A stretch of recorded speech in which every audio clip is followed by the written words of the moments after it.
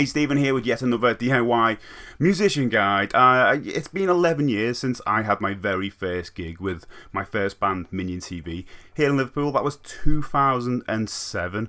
Back then, people didn't really have like mobile phones. It was more pitchforks and things like that. It was all black and white. But anyway, in this video, I want to talk about, or chat about 10 tips about playing your very first gig.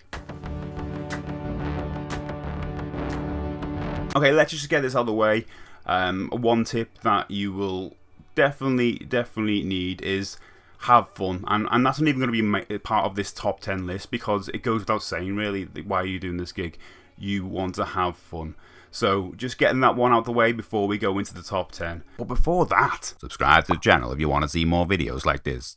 Okay, number one, having a drink. Now, when you're having a gig, there might be some free drinks on offer for the band. And I'm not a drinker. I was never really a drinker back then.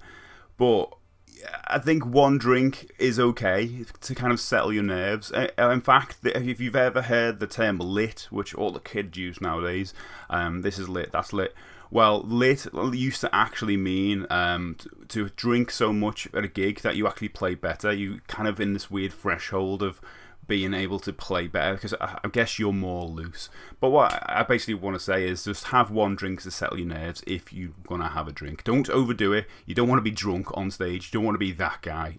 Okay, number two, sound check. You need to make sure you get what you need out of a sound check. So don't settle with the results or don't feel rushed. You want to get a good mix. Well, you're not going to get a fantastic mix. You just never do on stage. But if you've got monitors and you've got an amp for you can get a decent mix what you can kind of deal with on stage.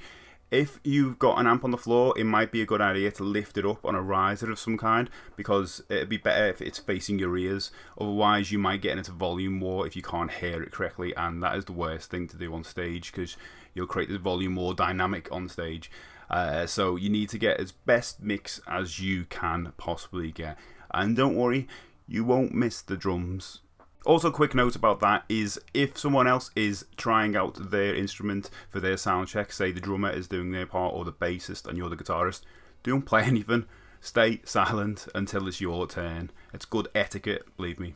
Okay, number three, keep a set list. It seems like an easy thing to say, but honestly, it's really important.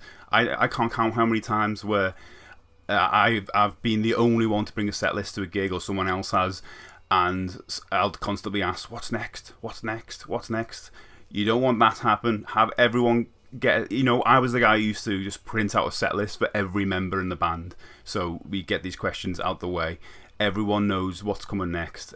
Everyone's on track. Number four, bring a checklist. So maybe cables you need to bring, spare strap for your guitars, spare strings, plectrums, a pen and paper you might need to write down people's email addresses, things like that. I usually used to write down a routine I'd need to do before a gig. So like when everyone had finished their sound check, I might go up and go through a few riffs that I needed to learn. But I'd write them down because I'd always forget it because it's one of those days you're going to be really excited. Okay, number five, be prepared. I'd like to try and answer any kind of issue that might rear its head. Say, if you snap a string, what's the quickest way you will recover from that? Will you pick up another guitar, or will someone else take the lead part of a song?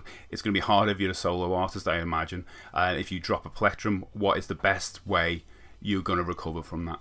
Number six, this is a very important one and very close to my heart, and it's about negativity, especially in the band. You're all stressed out, it's your first gig. One of the things you should never, ever do is be negative towards another member of the band. For example, I'm not saying this happened or happens a lot, but just before you're going to go on stage, don't say to someone, oh, don't play that riff that fast, or oh, you're not very good at playing that riff, or oh, you're out of time on that part. Don't say that just before you go on stage because you're going to be a rack of nerves. Be nice to each other. Okay, number seven, just remember things will go wrong. They will. Like my very first gig, we played super fast. We played really fast. Too fast. One way to get around that is actually like if I had a lead part at the start of a song, and I did at one point, I would nod along with the drummer or another member of the band. So we're both in unison. So even if we're too fast, then just no kind of blaming afterwards because, multiple people are involved. Things will go wrong. Other examples of that, you'll hit bum notes, you will miss-hit a pedal. Oh my word, that happens a lot. But think about it, this is the first gig. You will get better at this going on. This is a new environment for you to play in. It's not in your rehearsal room, it's not you in your bedroom. You're in front of an audience and you're in a different environment. You need to learn and adapt to that environment. Okay, number 8, be respectful to the venue and the other bands. Now, it's a good chance that this is a really lucky opportunity for you because it's your first gig. Someone is giving you the chance. So be respectful to the sound engineers, if you've got any, the bar staff, and the other bands. As soon as you played your gig, get off the stage as quickly as possible. Stick around and watch the other bands if you can. That always goes down well. Actually, for me, I always noticed when other bands would just get off before I was playing, and that would stick in my mind every time I'd see them again. So think about that. Okay, number 9, get there early. It's not only respectful to the people putting on the gig because you're there early, you're ready, and they probably got a million other things to do, especially if the promoters are there. But also we'll get to know where you're going to be on stage, where your AC adapters are, where's the best place you can put your gear or in on stage or afterwards. It's just really important. Number 10, and it's kind of a personal one for me, so you can take this one with a grain of salt if you want. If you are a guitarist, please get a tuner pedal, because for me there's nothing worse than a guitarist on stage trying to tune like audibly on stage, especially in mid-gig is really worse, but at the start of a gig is really bad as well. So you don't want someone going down, down, down, down, all that stuff. Get a tuner pedal so you can't hear it and it does it all for you. And that's 10. So yeah, let me know if you've got any more tips. I've obviously forgot some because I'm really old now and I can't remember that far back.